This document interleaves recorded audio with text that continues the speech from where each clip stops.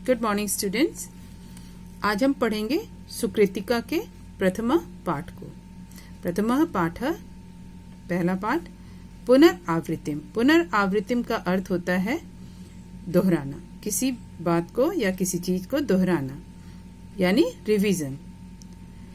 हमने अभी तक पढ़ा है वर्णमाला क्या होती है। वर्णों के व्यवस्थित समूह को हम वर्णमाला कहते हैं और वर्णमाला में स्वर और व्यंजन दोनों होते हैं। हिंदी में 11 स्वर होते हैं और संस्कृत में 13। तो आज हम ये जो स्वर और व्यंजन हैं उनके बारे में संस्कृत में क्या क्या होते हैं वो हम जानेंगे। यहाँ पर दिया हुआ है स्वरों के दो भेद। स्वरों के दो भेद हैं, सामान्य स्वर और संध्याक्षर या मिश्रित स्वर। सामान्य स्वर में देखिए पुनः दो भेद हैं, ह्रस्व स्वर और दीर्घ स्वर। ह्रस्व में देखिए यहाँ पे पदेन लगा हुआ है, ठीक है, ये र लगा हुआ है, ह्रस्व स्वर कहेंगे इसे। और ये दीर्घ। ह्रस्व स्वर क्या होते हैं, जब हम इनका उच्चारण करते हैं तो बहुत ही कम समय लगता है इन्हें बोलने में। और दीर्घ स्वर में ह्रस्व स्वर से दुगना समय लगता है। जितना समय हमें ह्रस्व स्वर बोलने में लगता है उससे दुगना हमें दीर्घ स्वर में बोलने में लगता है। तो ह्रस्व स्वर कौन कौन से हैं? अ, ई, उ, छोटा री और री। दीर्घ स्वर हैं आ, ई, उ और बड़ा री, ठीक है। अब है मिश्रित स्वर। मिश्रित स्वर में क्या है? ए, आए, ओ, आओ। अब है व्यंजन। व्यंजनों के 3 भेद हैं। व्यंजनों को हमने 3 वर्गों में बांटा है। पहला है स्पर्श, दूसरा अंतस्थ और तीसरा ऊष्म। पहला है स्पर्श। स्पर्श व्यंजन क्या होते हैं? इन व्यंजनों का जब हम उच्चारण करते हैं, जब इन्हें बोलते हैं, तो जो हमारी जीभ होती है, जीवा जो होती है, जीभ मुख के विभिन्न भागों को स्पर्श करती है। अलग अलग भागों को स्पर्श करती है जीभ। जब हम स्पर्श व्यंजन का, स्पर्श का मतलब छूना, तो ये स्पर्श व्यंजन इसीलिए कहा गया है कि जीवा जो है मुख के अलग अलग भागों को स्पर्श करती है। इनको बोलते समय हमारी जीवा अलग अलग भागों को स्पर्श करती है, इसीलिए इन्हें स्पर्श व्यंजन कहते हैं। ये जो है गिनती में 25 होते हैं और जो वर्ग हैं इनके, प्रत्येक वर्ग में 5-5 व्यंजन होते हैं, ठीक है। पहला है क, ख, ग, घ, अंग, इसको हम कवर्ग कहेंगे। दूसरा च, छ, ज, झ, इया, इसे हम चवर्ग कहेंगे। और ट, ठ, ड, ढ, ण, इसे ट वर्ग कहेंगे। त, थ, द, ध, न, त वर्ग कहेंगे। और प, फ, ब, भ, म, इसे हम प वर्ग कहेंगे, ठीक है। अब है दूसरा अंतस्थ। अब अंतस्थ व्यंजनों में क्या होता है? अंतस्थ व्यंजन होते हैं य, र, ल, व। इनका जब उच्चारण करते हैं, उच्चारण के समय में जीभ, तालु, जो मुख के अंदर उठा हुआ जो स्थान है वो तालु है, दांत और होठों को सटाने से जो इनका उच्चारण होता है। ये जो वर्ण हैं इनको जब हम बोलते हैं तो हमारे जीभ, तालु या दांत या होठ ये सट जाते हैं बोलते समय। य, र, ल, व, है ना।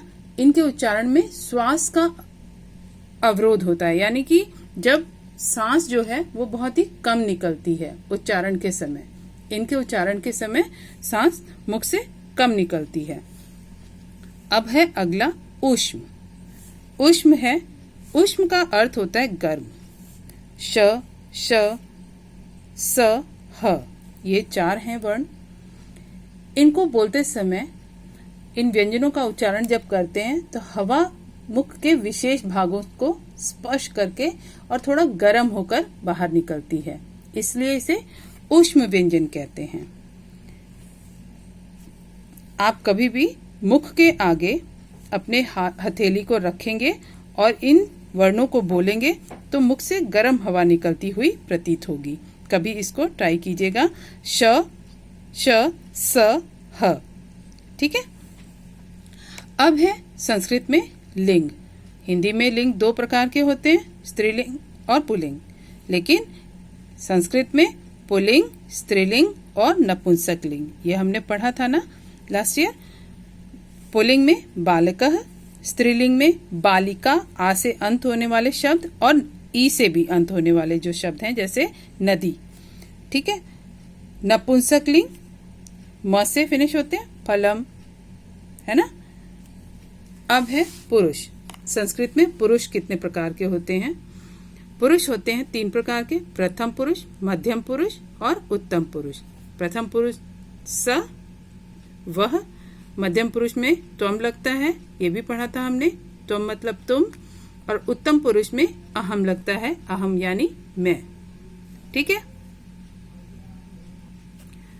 अब है वचन। संस्कृत में 3 वचन भी होते हैं, एक वचन, द्विवचन और बहुवचन। एक वचन में बालकः, द्विवचन में बालकौ और बहुवचन में बालकाः। ठीक।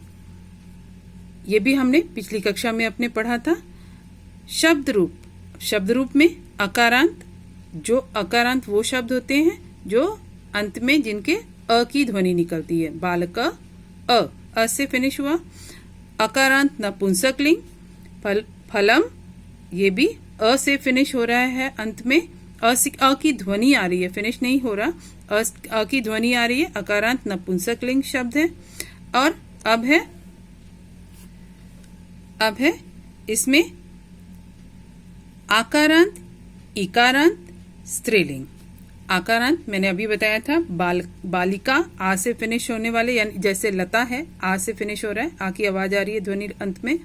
और नदी, इकारांत। ये सारे शब्द जो हैं ये स्त्रीलिंग के होते हैं। ठीक है। अब है क्रियापद। क्रिया क्या होती है?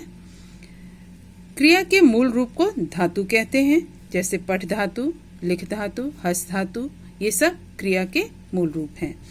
पठ मतलब पढ़ना, हस मतलब हंसना, लिख मतलब लिखना, ये सब क्रिया है। वर्तमान काल को हम क्या कहते हैं? लट लकार। वर्तमान काल में हम लट लकार का प्रयोग करते हैं और भूतकाल में हम लंग लकार का प्रयोग करते हैं, है ना। और भविष्य काल में हम लट लकार का प्रयोग करते हैं। हमने लट और लिट हमने पिछली कक्षा में पढ़ा था, है ना। अब है इसे भी आप याद कीजिएगा। ये लंग लकार है भू धातु का। अभवत, अभवताम, अभवन, अभव, अभवतम, अभवत, अभवम, अभवाव, अभवाम। ये एक धातु आप याद कीजिएगा लंग लकार की, आप सभी धातु आपको याद हो जाएंगी। लंग लकार में कोई भी धातु आप लेकर, कोई भी मूल धातु को आप लेकर लंग लकार में लिख सकते हैं।